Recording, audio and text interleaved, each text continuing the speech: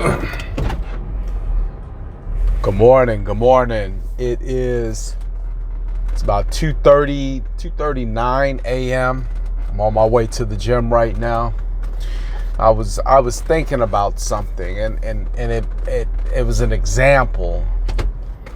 I was thinking about how when Sanaya, which is my daughter, and Silas, my son, my youngest son, I was thinking about when they're in the back seat.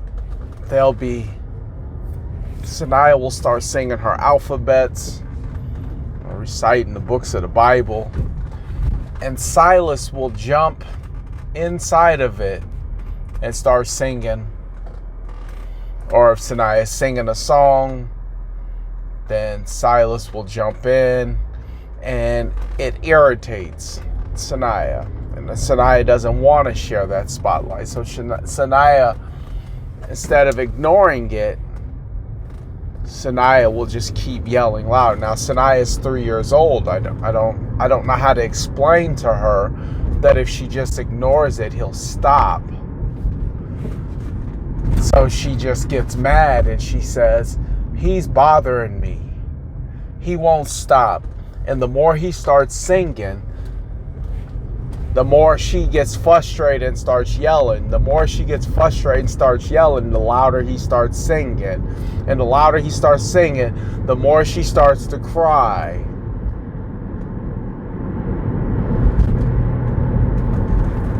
Now you might be wondering, well, what does that have to do with anything? Well, the devil is always going to be pushing and prodding you. Your car is going to break down. You're going to lose some money out of your wallet.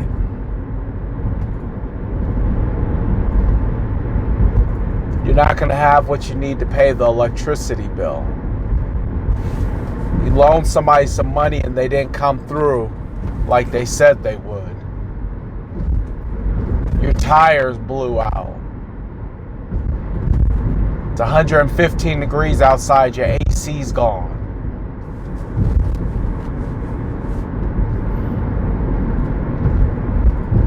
These things happen. These things all happen.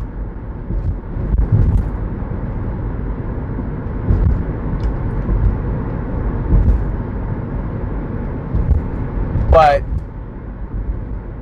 the more you ignore it, and I'm not saying ignore that these things happen, meaning you're in denial, meaning you're just going to sit there and you're going to pray the AC fixed. No, I think you can pray for an answer. And the answer will come.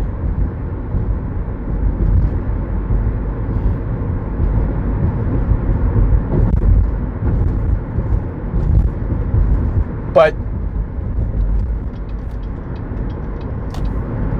have you ever noticed the louder you kick and scream, it's the same with Silas? He just keeps egging you on. And I'm not saying Silas is the devil. What I'm saying is that the louder you scream about the problems, the more you complain about the problems, the more you fuel the problem.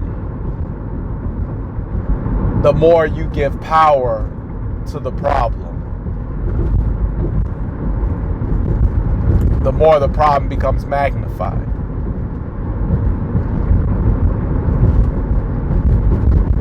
Versus taking the approach of, I see the problem. I know there's a problem. I'm not in denial about the problem. But instead of acknowledging the problem, I'm going to acknowledge my God. Huge difference. Night and day.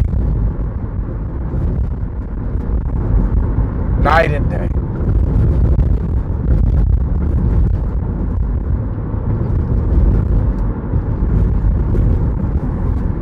But just like Sanaya,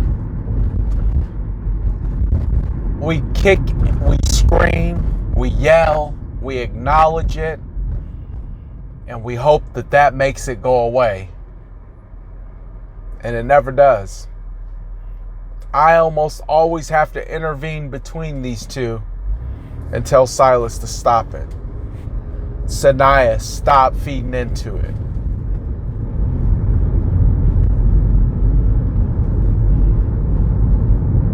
How many things are going on in your life that you need to stop feeding into?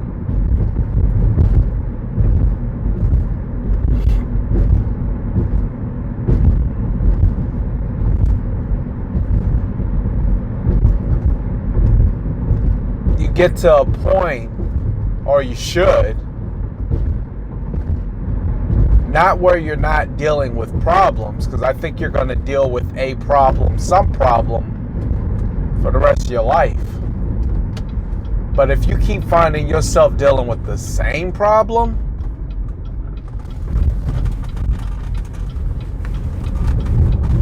like you still dealing with gas money, you still dealing with baby mama drama, you still dealing with the work situation,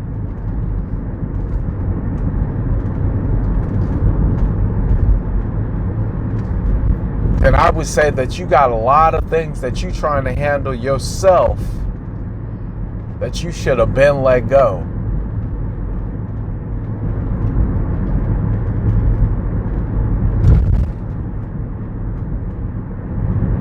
They'd sit back there and they'd just be yelling and screaming.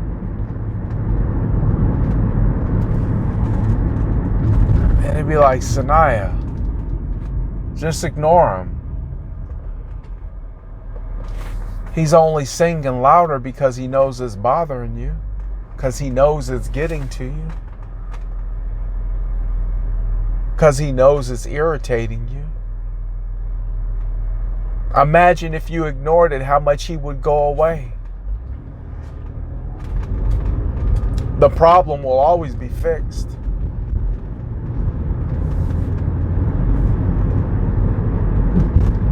We're always screaming, why me?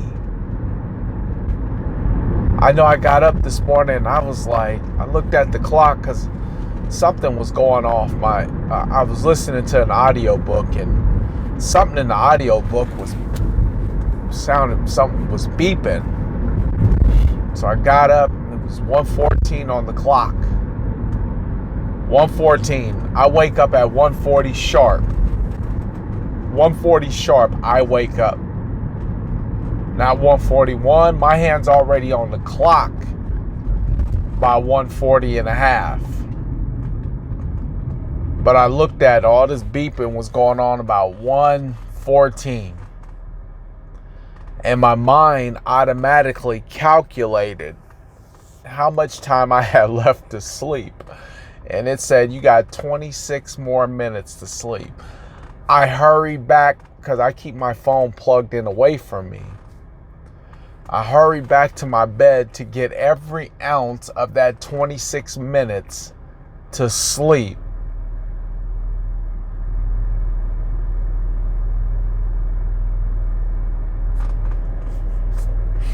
I could have stayed there and complained about how much this alarm was disturbed my sleep.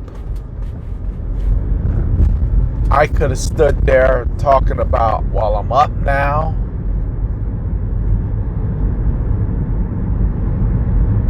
But you grow to a certain point in your faith where you just simply say, things happen. I'm not going to let it get in my way. I'm not going to just let it disturb my peace. I'm going to go and get my 26 minutes of sleep, and I'm going to be thankful for 26 more minutes of sleep. And then, of course, I went to sleep, got back up 26 minutes exactly later. And for a long time, I said, man, I wish I could go back to sleep for another 30 minutes.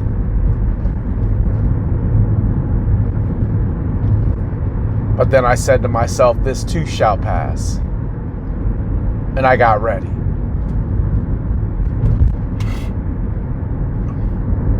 And I got out the door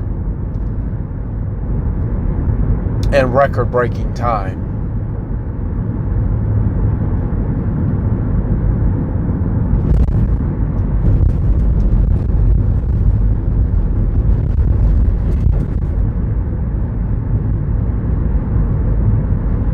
How many things are you let bothering you every single day that you know will pass?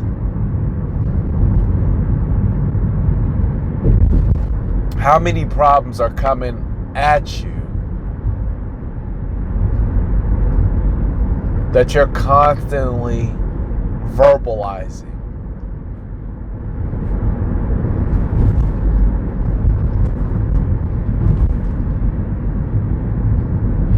Instead of just acknowledging the fact that this too shall pass. I was telling my wife a couple days ago, I said, man, it seems like we're barely getting by.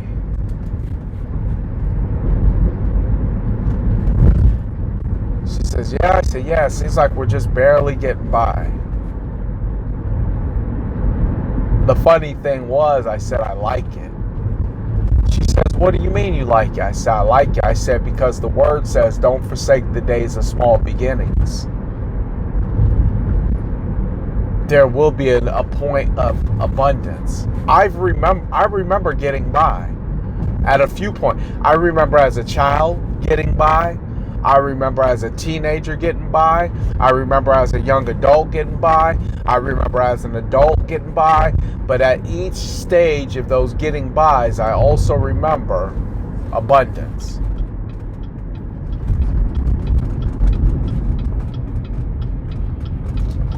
At each stage of getting by, I remember abundance. I remember more than enough. So you got to know that whatever you're going through, stop feeding it verbally. And really just know that it's just a season. This too shall pass.